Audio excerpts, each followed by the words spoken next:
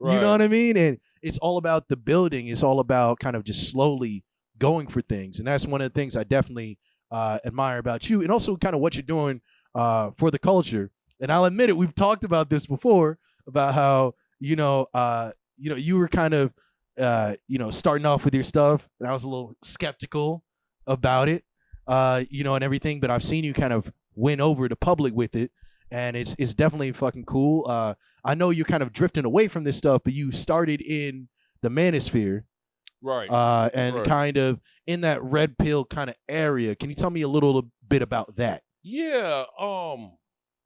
You know what? I know I'm in the right sector of YouTube, because it's like me personally. I know when I'm in the right place, because I start seeing things and I start thinking ahead of time on things. So Gotcha. yeah, I started off making some red pill videos, Manosphere videos. For those y'all don't know, it's just pretty much guys where we just smashing chicks with no, red pill. We just smashing chicks with no kind of plan at all to get married or even have a girlfriend, if you will. Yeah. But what I started to see is the bitterness it was driving men to. And I like to be optimistic. I come from one of the most poorest cities in America, and it's like I would have never made it out there if I wasn't optimistic. And one thing I know about red pill, because there's a part of it that is insecure, where you feel like you'll never find this type woman and that type woman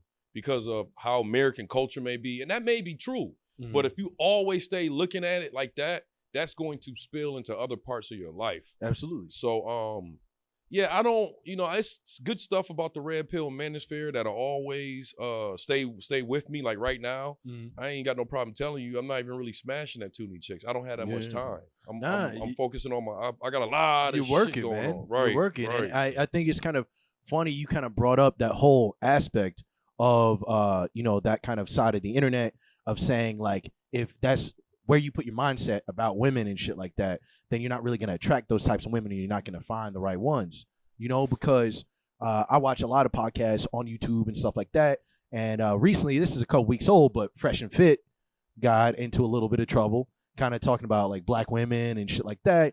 And I watched kind of their rebuttal on Flagrant 2 with Andrew Schultz and, Akash Singh.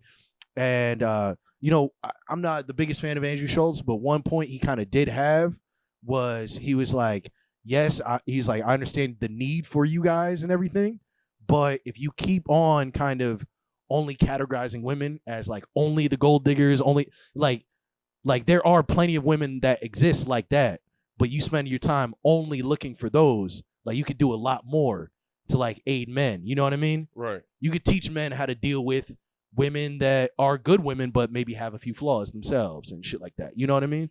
That's very true. The thing about that is I'm starting to really see like how YouTube works. You constantly learning while you're on there. Yeah. And one thing that I'm learning, not saying that this is a reason that Fresh and Fit said that, but they knew what they was doing when they said that. They knew when they said that it was going to catch online. And see, when you do that, it's like a cycle. It's like, okay, it's a few YouTubers that I can tell you that have mastered this. And it's like they say something shock value that, it catches.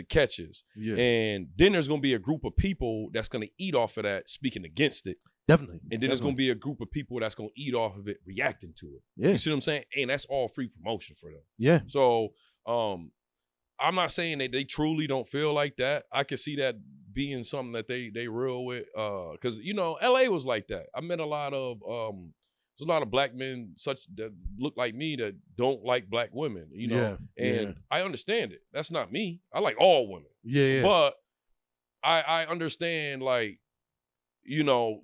certain reasons why someone want to be like that. And some of it is self-hate. Like one of those guys I think is it Fresh? That's the dark-skinned yeah, he's like African dude. The tar looking motherfucker. Like that nigga is dark. Yeah. He's I know, and he's talking that way. Right. And talking about dark-skinned women, it's like, nigga, what do you think you look like? Right. It's definitely, I think there's a definite root of like self-hate within that, especially, I'm not talking for everybody, but especially like for those guys, it seemed like a little bit like that. And also too, like as speaking as somebody who is raised around like a lot of white people and shit like that, if you're raised around those types of people and shit like that, maybe you were teased about certain things and shit like that, you feel bad about it. To you, black might not mean everything that it means to everybody else. To you, black could just purely mean lesser.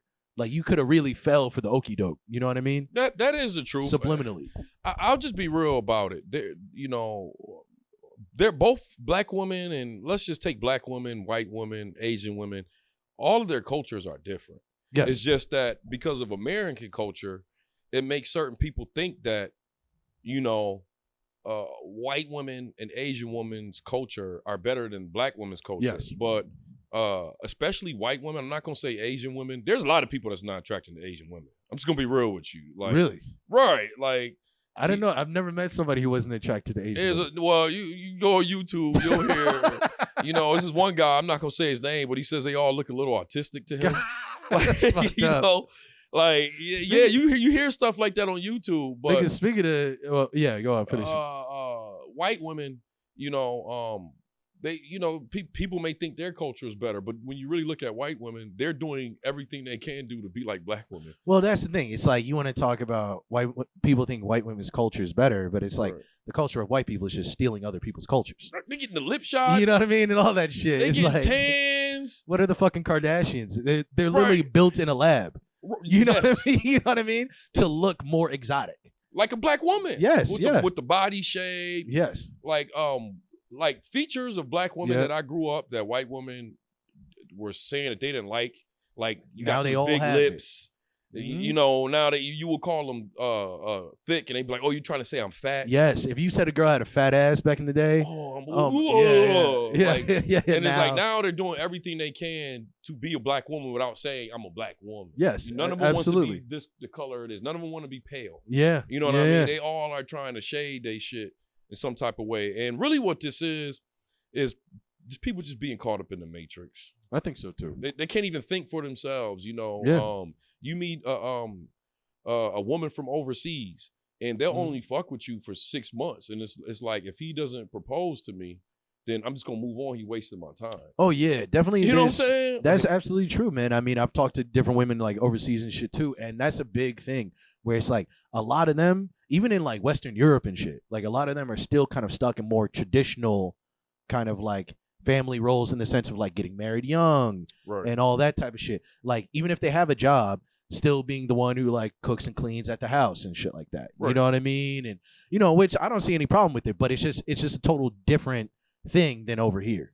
It's totally different, and I don't know if you want to go down that route on this podcast, but I'll just tell you, you'll ask a girl 23, 24, if she was thinking about getting married, and then she'll tell you, I need some more time to figure myself out. Oh yeah, and that means I want to fuck more people. Oh yeah, I'm not quite ready. Like, meanwhile, you go to fucking like Latvia or some shit, and there's a chick married at 18 who already has like 2 kids. Right, and these women here will look down on it, but at 29, 30, they'll be begging for somebody to marry them, and it's like me. Let me shut my mouth. But but that's what it is. It is what it is. Well, let's change the subject. Right. I told you, I don't want to go down that route, man.